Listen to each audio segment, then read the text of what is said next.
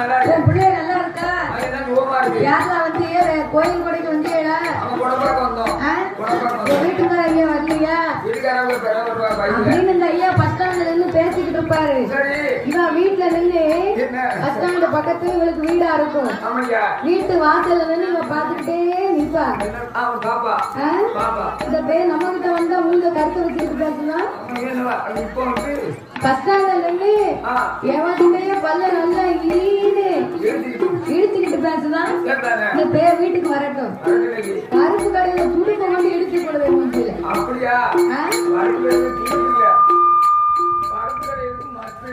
எல்லாம் ஒண்ணுதான்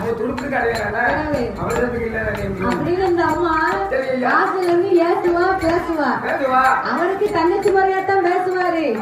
ஆனா இவன் மனசுல ஒரு மாதிரி நினைப்பா. உன் பிள்ளை